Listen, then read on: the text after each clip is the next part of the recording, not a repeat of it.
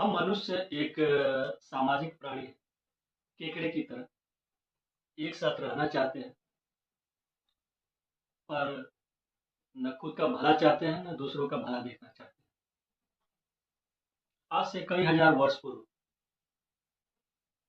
महर्षि पतंजलि ने जीवन जीने का एक सूत्र दिया था, अष्टांग योग। यह तो उस कालखंड परिस्थिति के अनुसार ठीक था, पर आज के वर्तमान युग में और वो भी गृहस्थ जीवन में इसको अपनाना कठिन ही नहीं, नामुमकिन ही लगता है। पर ऐसा नहीं है। इसमें आप थोड़े से चेंजेस करके और इसको थोड़े अलग तरीके से परिभाषित करके अपने जीवन में अपना सकते हैं। मैं हमेशा से ही एक एक्सपेरिमेंटल माइंडसेट का लड़का रहा हूँ। मेरी हमेशा से आदतें बनी हुई हैं चीज़ों के ऊपर एक्सपेरिमेंट करने का। तो मैंने अपने जीवन में अष्टांग योग को कुछ इस तरह से अपनाया। जरा ध्यान से सुनिएगा, शायद आपको भी पसंद आ जाए। अपने आप को प्रेजेंट मोमेंट में बनाए रखने के लिए 5 नियम। Number 1, cooking. मैं जब भी समय मिलता है अपने लिए कुकिंग करता हूँ। कुकिंग मेरे लिए किसी स्पिरिचुअल, किसी मेडिटेशन से कम नहीं। यह मेरे अंदर की क्रिएटिविटी को उजागर करता है। बहुत लोगों को कॉमोड पे नए नए थॉट्स आते हैं, पर मैं जब किचन में होता हूँ तो उस वक्त नए नए थॉट्स आते हैं, क्रिएटिव आइडियाज आते हैं। तो आप अपने लिए भी कुकिंग कर सकते हैं जब भी मौका मिले। नहीं मिलता है तो कम से कम अपने लिए कॉफ़ी या फिर गर्म पानी, सूप, सलाद, इतना तो कर ही सकते हैं, या फिर दूसरों को कुकिंग में हेल्प कीजिए। Number 2, physical activity. अपने आप को हमेशा एक्टिव बनाए रहिए। जब भी थोड़ा सा मौका मिलता है तो थोड़ा सा अपने बॉडी को रोटेट करना, स्ट्रेच करना, थोड़ा सा जर्क देना, तो उसको वाइब्रेट करना कीजिए। आपके बॉडी को एक्टिव बनाए रखता है, फ्लेक्सिबल बनाए रखता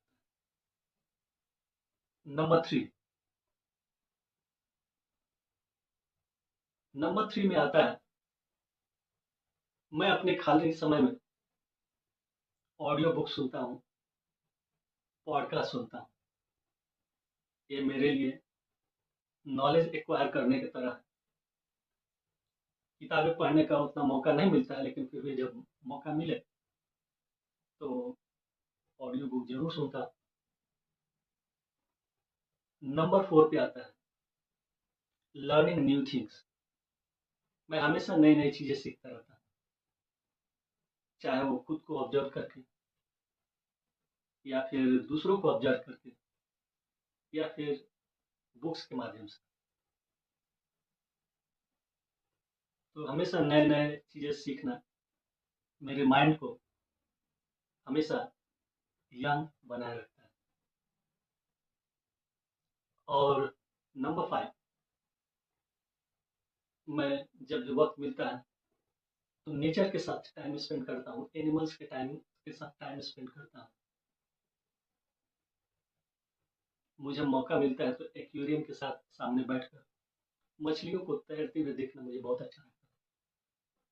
उस समय मेरे मन के मेरे मन के अंदर उनके लिए न कोई विचार उत्पन्न होता है, न ही उनको मेरे बारे में कुछ ख्याल आता है। यह भी एक तरह से मेडिटेशन ही है। 5 नियम अपने आप को प्रोएक्टिव बनाए रखने के लिए। हमेशा स्टाइल में रहिए, स्वच्छ रहिए, नीट एंड क्लीन, साफ सुथरा। अपने सराउंडिंग्स को भी नीट एंड क्लीन रखिए। नंबर 2, हमेशा स्माइल करते रहिए। स्माइल करने का मतलब यहाँ पर टेंशन फ्री। लाइफ में चाहे जो भी हो, मेरा एक दोस्त बोलता था, दूध दही सब सही। लाइफ में जैसी भी परिस्थिति हो, सब एक्सेप्टेड है। Number 3, sound sleep. 8 घंटे का साउंड स्लीप कीजिए। कौन सा आपको जंग में जाना है? सोने का जितना वक्त है सोइए आराम से। ना आपको देश ही चलाना है कि 4 घंटे ही सोना है। देश की जिम्मेदारी है आपके ऊपर। हाँ, और कुछ विशेष काम है तो उसके लिए अलग बात है, वरना खाओ पियो मस्त रहो, 8 घंटे सो स्वस्थ रहो। Number 4, self introspection. एकांत में बैठना और खुद से प्रश्न पूछना, सेल्फ एक्चुअलाइजेशन या फिर सेल्फ रियलाइजेशन करना। हो सकता है तो आप डायरी लिखिए। It is the best way to see your thoughts on the paper. और number 5, at the end surrender to the supreme consciousness. आज का दिन जो भी रहा, जैसा भी रहा, प्रभु अच्छा रहा, अगला दिन इससे भी अच्छा, इसके लिए आपको थैंक यू। इसके बाद आता है 5, अपने आप को प्रोडक्टिव बनाए रखने के लिए आसन। आसन में मेरा बेस्ट आसन है मांडूकासन। इसके 5-6 फॉर्म होते हैं और यह मेरे लिए बैठकर सूर्य नमस्कार करने जैसा ही है। इसके बारे में अगर आप जानना चाहेंगे तो कमेंट कीजिएगा, मैं फिर से बताऊंगा आपको। उसके बाद होता है प्राणायाम। प्राणायाम में नाड़ी शोधन प्राणायाम। जैसे आप सुबह उठकर नाक साफ करते हैं ना, इस तरह से कीजिए। एक साइड बंद करके दूसरे साइड से जोर से नाक को साफ कीजिए 5-6 बार। फिर दूसरी तरफ से इस तरह से कंटिन्यू 5-6 स्टेप कीजिए। इससे जो आपकी नाक की जो नसिकाएं हैं, नलियां हैं, साफ हो जाएगी। उसके बाद आता है प्रत्याहार। प्रत्याहार को मैं प्रति आहार बोलता हूँ। प्रत्येक आहार के प्रति ग्रेटिट्यूड पे कीजिए। आप इतना तो बोल ही सकते हैं कि मेरा उन सभी को कोटि कोटि धन्यवाद, जिसके जिनके त्याग, बलिदान और परिश्रम की वजह से मैं यह पौष्टिक आहार ग्रहण कर पा रहा हूँ। और भोजन करने का मेरा एक ही तरीका है, ड्रिंक योर फूड, ची योर वाटर। खाने को तब तक जब चबाओ जब तक वो पानी के फॉर्म में, लिक्विड के फॉर्म में न हो जाए, 70% लिक्विड। और पानी को ऐसे पियो जैसे आप चबा चबा के खाना खाते हैं। उसके बाद धारणा। धारणा मतलब संकल्प। बिना संकल्प जीवन का कोई विकल्प नहीं। आपको संकल्प लेना ही पड़ेगा, चाहे जैसा भी। अगर आपको नहीं समझ में आता तो कम से कम इतना तो आप कर ही सकते हैं कि 1 work at A time. It will make you more focused regarding works. उसके बाद आता है ध्यान।